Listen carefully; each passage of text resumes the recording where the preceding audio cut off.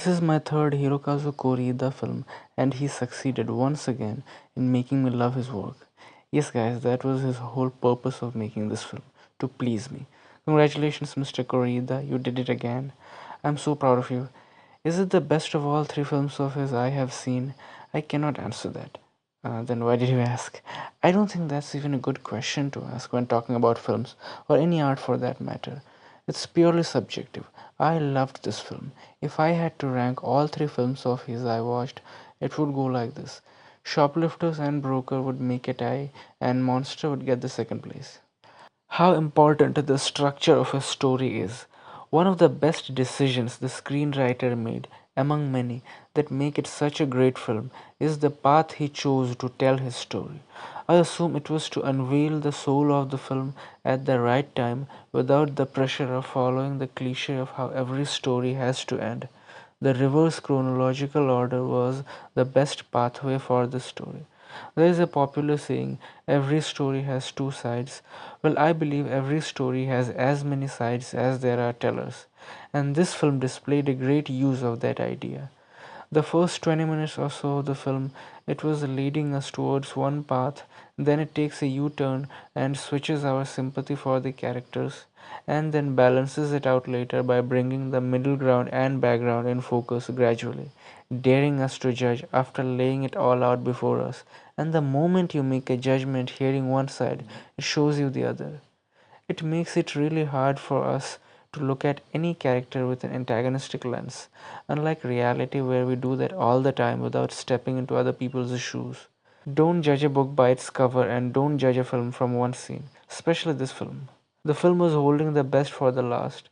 The soul of the film, the heart of the story, the essence, what the film was about, and the unfoldment of it was nothing less than masterful. Kudos to the screenwriter.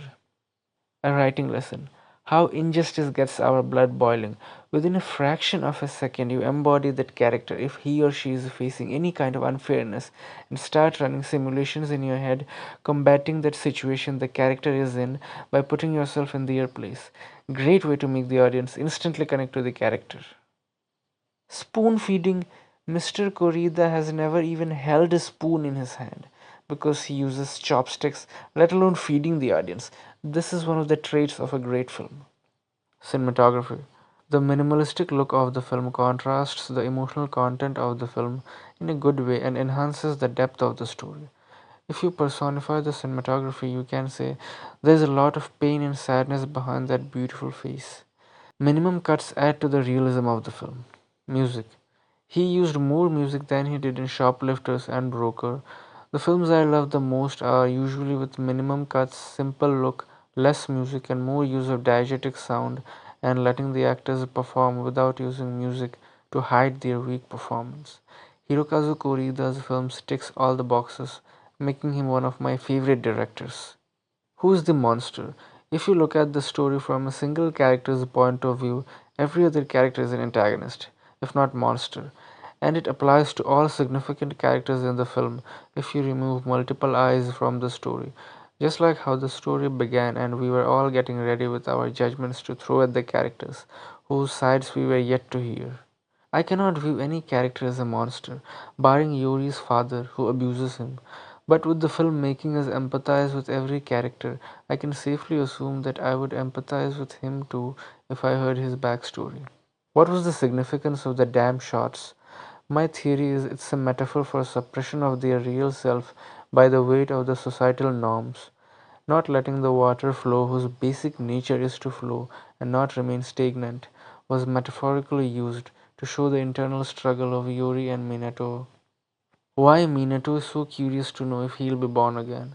My theory is his inability to accept his feelings because it doesn't conform to his limited view of the world around him, and his naivety and innocence led him to look for some answers in the afterlife, to inquire if he could be reborn as just like the people who fit into the box the society created. The ending. It's actually the story of Minato and Yuri. It did not begin that way, but gradually led us to the heart of the story.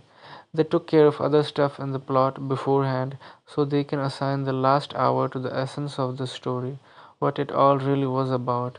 the heart and the soul of the story without worrying about how to end. In the end, the running shot of Iori and Minato through the prairie signifies the acceptance of who they are and liberation from the burden of societal acceptance. That's what I think. Because the scene prior to that, the principal tells Minato, how is it happiness if not everyone can have it? After Minato confesses that he likes Iori. As I'm writing, recalling the scenes in my head, I'm grinning, realizing the greatness of the film. After writing the review, I looked up what Mr. Kurita thinks of the ending and came on my pants knowing that I share his thoughts. Maybe everyone thought the same, so it's not a big deal for them, but for me it is. There are films you watch and say to yourself, that's the film I want to make. I caught myself saying this line after watching the films of Lee Chang-dong, Martin Scorsese, and Hirokazu Koreeda.